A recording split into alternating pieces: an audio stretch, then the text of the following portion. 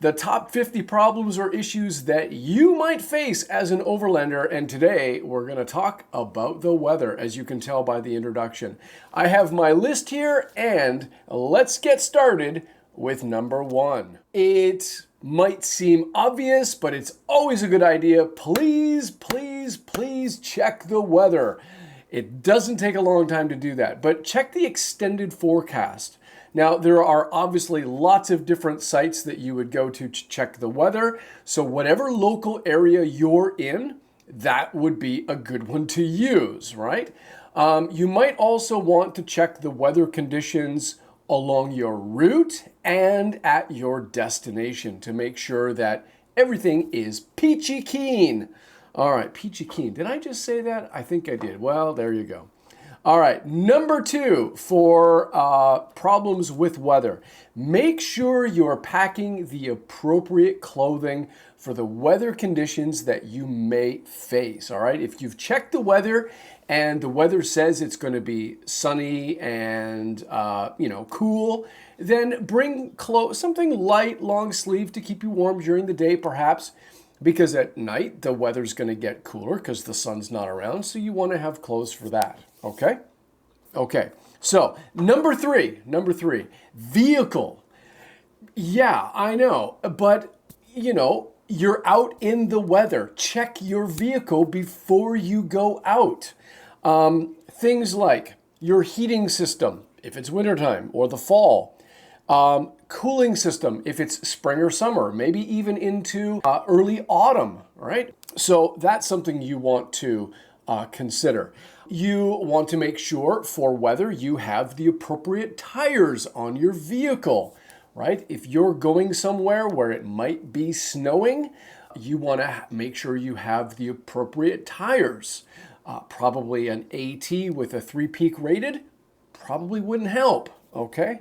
Wouldn't help. Wouldn't hurt, I meant to say. There you go. You know what I mean. You know what I mean, right? Okay, number four, emergency shelter. When you're dealing with weather that's unpredictable, having something that can keep the elements off you, at least for a little while, can be really, really helpful.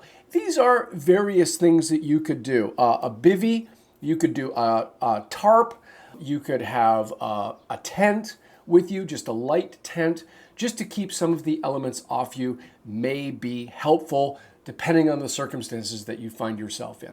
Number five, for weather, navigation tools. Yes, navigation tools. The GPS, map, compass, all of that.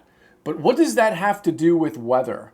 Well, the thing is, when you are in an area where you might be out of cell phone service, which in many parts of the world, that is the case.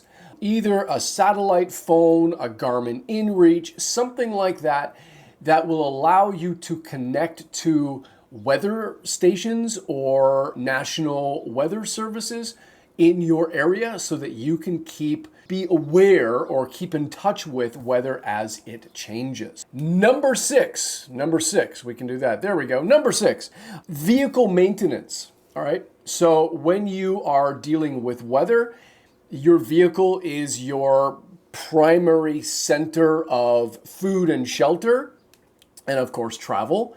So things like wiper blades, are they clean and are they streaky, right? If they are, get rid of them, put new ones on there. Check all your fluids, radiator, cooling, oil, AT fluids, all of those things, all of those things, so that when you're going out into an area where it might be hot, your vehicle is going to be okay because your fluids have been recently serviced. You might also want to check the battery to make sure it's got a proper voltage and everything in the car that is electrical is running properly. You don't want to have any issues in electrical gremlins in your car while you're out and it's 85, 90 degrees or in Celsius, 28, 30 degrees Celsius. You just don't want to have that problem. So make sure you have a vehicle check.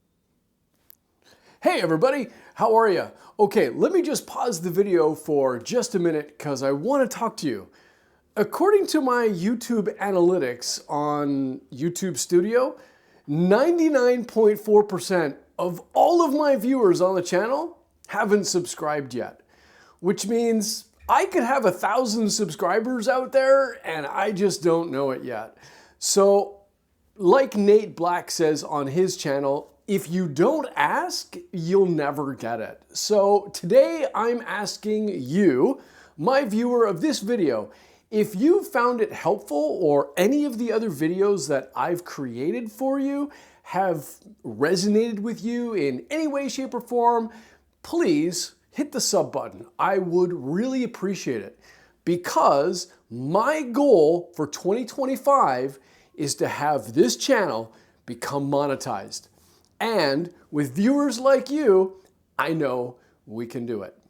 Okay, everybody, thanks very much. Now, let's get back to the video. An emergency kit. Some people like to call these bug out bags. Just an emergency kit with various items. I'm not going to go into the details of an emergency kit, but that might be something to have in your the back of your truck. If you are alone overlanding, which if you're new, I would not advise, but if you're in an area where, maybe you've been before and you know the area, but if your car does get into trouble, you can put on a light emergency bag and walk out, potentially, if it's not too far to get help, all right? So be careful about that one. Be careful. That's a whole other video we're gonna get into.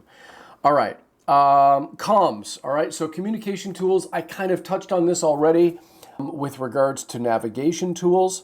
So these are specific electronic devices, so a sat phone, Garmin InReach, other things like that could assist you. Number 9, alternative routes for travel. Yes, I bet you didn't think about this one.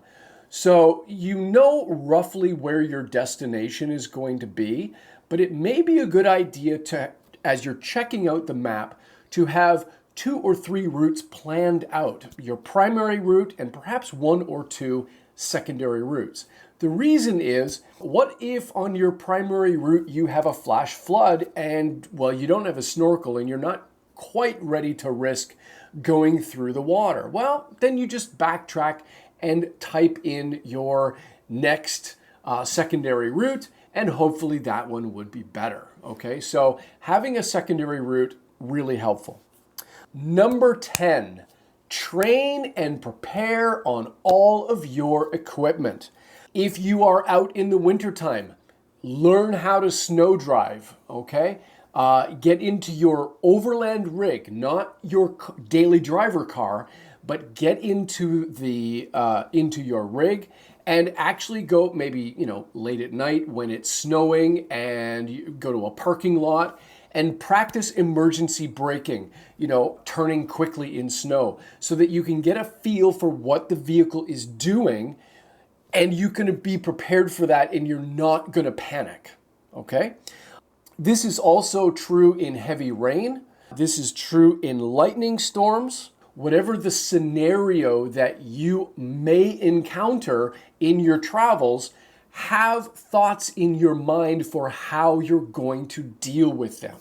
If that means doing a little bit of extra research on overlanding and weather, well, put a comment down below because that could be a video that we can do in the future. So let me know what you think about that. Things like survival methods and at least basic first aid courses for yourself and for the people who are traveling with you. At least 1 or 2 people in a team should be first aid qualified.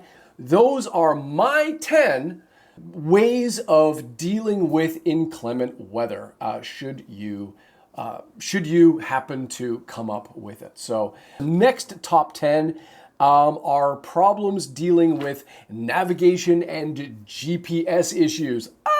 Please no, but it does happen. So stay tuned on how you can solve those problems before you get out on the trail. That's it for me here. Thank you very much. Don't forget, hit the sub and bell notification if you have found this video to be helpful for you.